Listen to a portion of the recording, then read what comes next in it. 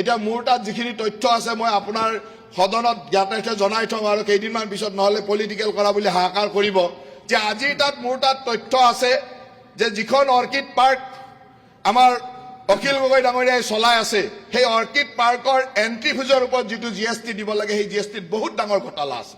মোৰ তাত তথ্য আছে বহুত ডাঙৰ ঘটলা আছে সেইজন মানুহৰ কি নৈতিক অধিকাৰ আছে যে যে চলাই থকা অৰ্কিড পাৰ্কখনৰ জিএসটি ফাঁকি দিয়ে জিএসটি চুৰি কৰে সেই মানুহজনৰ ইয়াতে ইমান ডাঙৰ কথা কোৱাৰ নৈতিক অধিকাৰ আছে নেকি মোৰ তাত তথ্য আছে মই এজ এ ফাইনেন্স মিনিষ্টাৰ কৈ আছো মোৰ তাত তথ্য আছে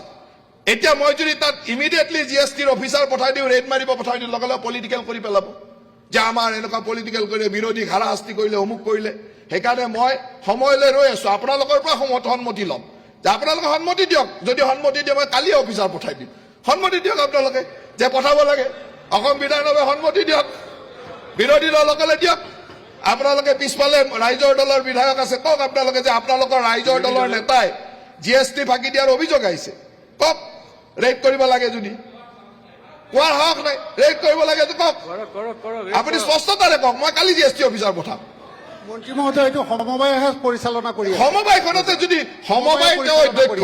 ঠিক আছে সমবায় তেওঁৰ অধ্যক্ষ সমবায়খনে ফাঁকি দিছে সমবায়খনলৈ পঠাও ৰেড মাৰো কওক আপুনি স্পষ্টতাৰে সমবায় গলে যাব নালাগে নেকি সমবায় পৰিচালনা কৰি সমবায়খনে তেওঁ অধ্যক্ষ সমবায় জিএসটি দিব লাগিব ন সমবায়টো জিএসটি মাফ নহয় সমবায় জিএসটি মাফ নেকি জিএসটিটো মাফ নহয় সমবায় নহয় আপুনি স্পষ্টতাৰে কওক যে মই ৰাইজৰ দলৰ এজন বিধায়ক হিচাপে কৈছো যে আমাৰ সভাপতি জড়িত থকা এই অৰ্কিড পাৰ্কখন সমবায় হলেও তাত জিএসটি ৰেড মাৰক আমাৰ সভাপতি স্পষ্টতাৰে কামৰ লগত জড়িত নাই আৰে সভাপতি সেইখন সভাপতি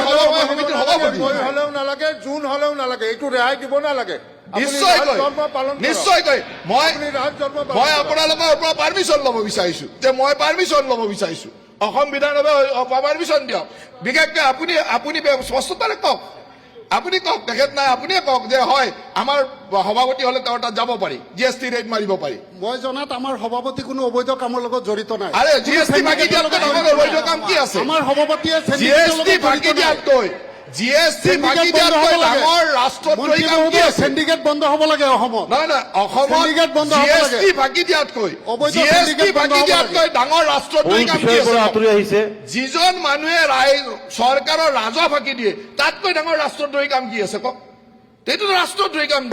চৰকাৰৰ আজি এতিয়া আপোনালোকে কৈছে যে চৰকাৰৰ বাজেট বঢ়াব লাগে অমুক কৰিব লাগে ক'ৰ পৰা বঢ়াব মুখ্যমন্ত্ৰী ডাঙৰীয়া স্পষ্টতাৰে কৈছে চৰকাৰৰ ৰাজহ বৃদ্ধি হলে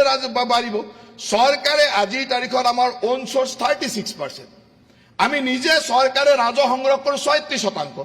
এইবাৰ আমি 2031 চনৰ লক্ষ্য লৈছো যে আমি ওন সোৰ্স 50%লৈকে যাম হাওকেৰে কৈছো যে আমি ওন সোৰ্স 50%লৈকে যাম যোৱা মাহত বিত্তমন্ত্ৰী হিচাপে দায়িত্ব লোৱাৰ পিছত এটা মাহত আমি যোৱা 25 চন আৰু 25 চনৰ জুন আৰু 26 চনৰ জুনৰ মাজত প্ৰায় 15% জিএসটিৰ ইনক্ৰিজ হৈছে